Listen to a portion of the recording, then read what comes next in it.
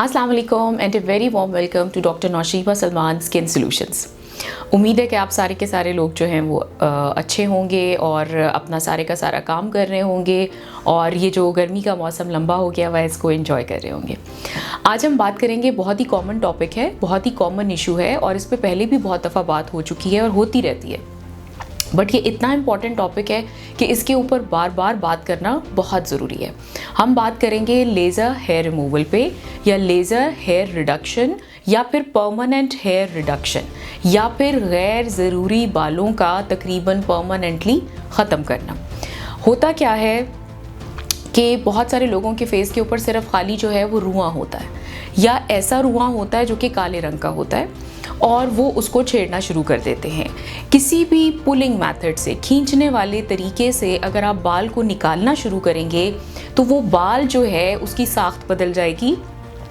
अगर वो पतला होगा तो वो मोटा होना शुरू हो जाएगा और उसके साथ साथ उसका नंबर भी ज़्यादा हो जाएगा और फिर आप देखेंगे कि there is no way back. अब आपके पास कोई रास्ता नहीं बचा। एक दिन आप जो है वो जो 6 बाल ऊपर आए हुए होते हैं उनको निकालेंगे तो अगले 3 दिन के बाद जो अंदर वाले 6 बाल थे वो बाहर आ जाएंगे, फिर आप उनको निकालेंगे। इस तरह करते करते आप पूरे का पूरा फेस जो है वो ख़राब कर लेते हैं। अच्छा, यहाँ पे 2 बाल ज़्यादा हो गए, इसको भी निकाल दो। यहाँ पे 3 बाल आ गए हैं, इनको भी निकाल दो। और उसके अलावा इसके साथ क्या हो सकता है, इससे चेहरे पे पिगमेंटेशन आती है, रंग ख़राब होता है, पोर्स ओपन होते हैं, स्किन आपकी लटक सकती है, आपको दाने बन सकते हैं, इवन आपको ब्लैक हेड्स, वाइट हेड्स बन सकते हैं। अब हम आ जाते हैं कि रीजंस क्या होते हैं कि आपके बाल ज़्यादा हों।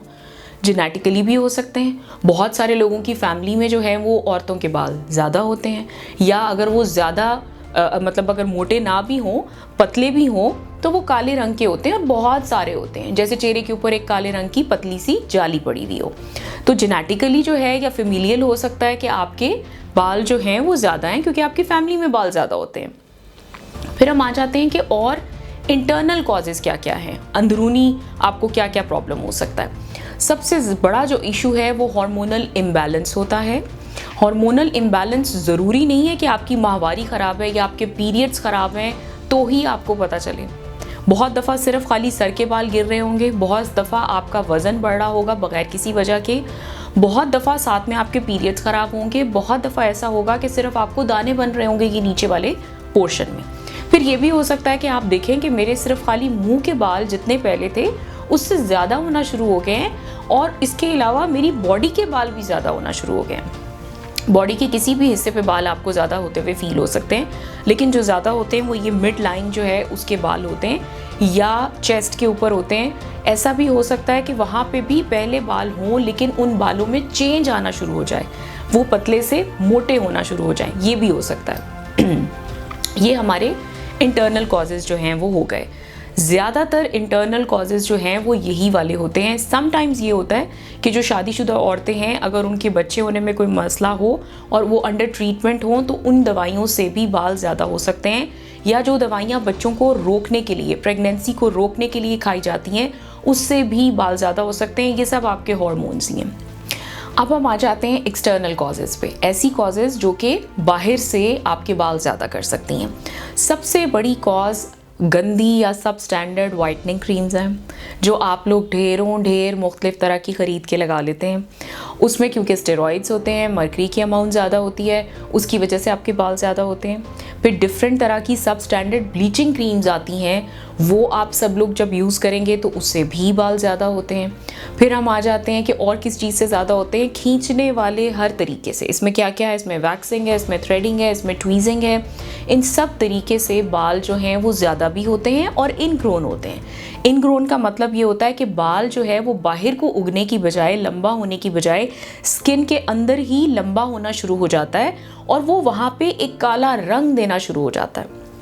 आपने देखा होगा बहुत सारे ऐसे लोग होते हैं जिनके यहाँ पे अपर लिप के ऊपर शेड बना होगा, ये सारे का सारा कलर ख़राब हो जाएगा अगर आप यहाँ से खींचना शुरू कर देंगे बाल। अब हम आ जाते हैं कि करना क्या चाहिए। प्लीज़, अगर तो आप कोई सब स्टैंडर्ड काम कर रहे हैं जिसमें ब्लीचिंग है, जिसमें सब स्टैंडर्ड वाइटनिंग क्रीम्स हैं या बालों को खींच रहे हैं, तो कुछ रुक जाएं और अपनी स्किन को डॉक्टर को दिखा दें।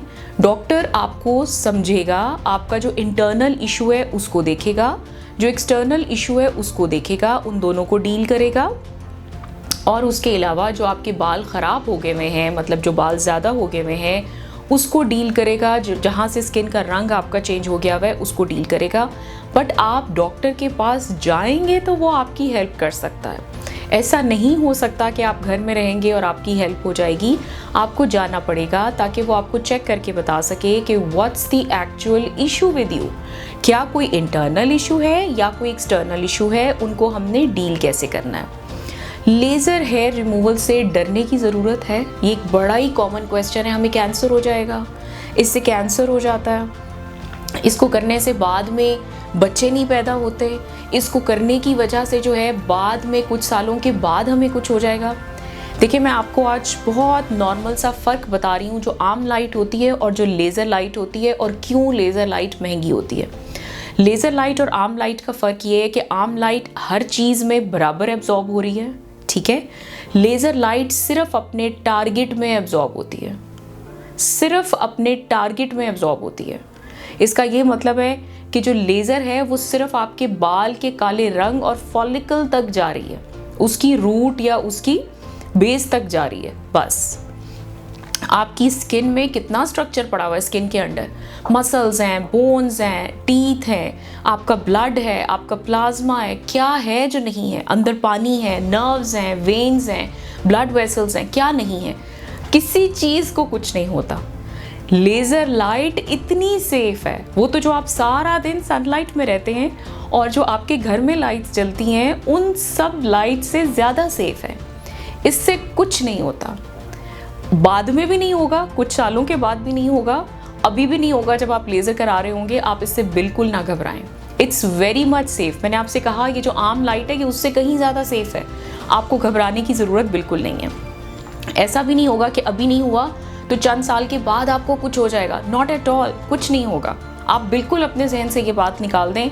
लेज़र थेरेपी इतने सालों पुरानी है कि इसके ऊपर इतनी स्टडीज़, इसके इन्वेंशन के टाइम से पहले स्टडीज़ और ये सब कुछ हो गया, और अब तो इतने साल हो गए हुए हैं और इतनी ज़्यादा जो है वो ये रीडिफाइन हो गई हुई है कि कुछ नहीं होता। तो आप घबराएं नहीं, इससे कुछ नहीं होता।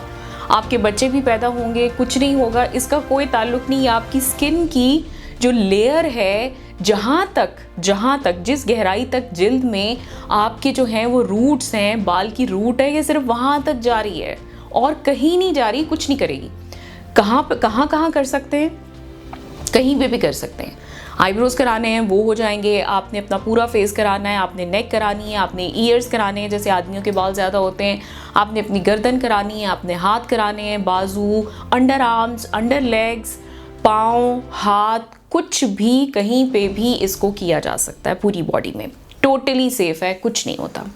अब हम आ जाते हैं, क्या एक दफ़ा करने से बाल ख़त्म हो जाते हैं? नहीं। लेज़र हेयर रिमूवल या लेज़र हेयर रिडक्शन जो है उसके लिए आपको मल्टीपल सेशंस चाहिए होते हैं। जैसे नॉर्मल लोगों को, हम जिनको हार्मोनल इम्बैलेंस नहीं है, उनको हम 12 से 14 सेशंस बताते हैं, जो आपने 4 से 6 हफ्ते के वक्फे से लेने होते हैं, ठीक है।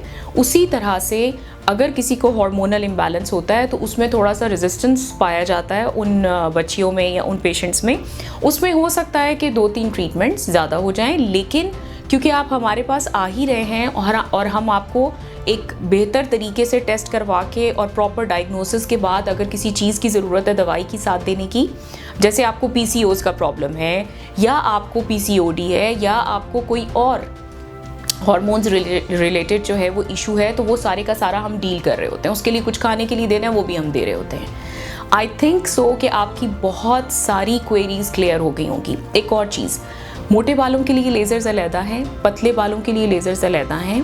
जो थोड़े से बाल ऐसे होते हैं जो बहुत ज़्यादा काले नहीं होते और थोड़े हल्के रंग के होते हैं, उसके लिए लेज़र्स अलहदा हैं। अब ये आपको देख के बताया जा सकता है कि आपको किस वाले लेज़र से हम ट्रीट करेंगे, और क्या हम एक लेज़र से ट्रीट करते रहेंगे या हम अपना लेज़र चेंज कर लेंगे कुछ सेशंस पे, ये पेशेंट को देख के बताया जा सकता है। आई थिंक सो कि मैंने आपके जो क्वेरीज़ हैं उसमें से बहुत सारी क्वेरीज़ क्लियर कर दी होंगी और आपको अच्छी तरह से समझ आ गया होगा कि अगर आपके बाल ज़्यादा हैं या ज़्यादा हो रहे हैं कहीं पे भी, तो आप एक दफ़ा जाके डॉक्टर से मिल लें ताकि वो आपको प्रॉपरली गाइड कर सके और आपको ज़्यादा नुकसान से बचा सके।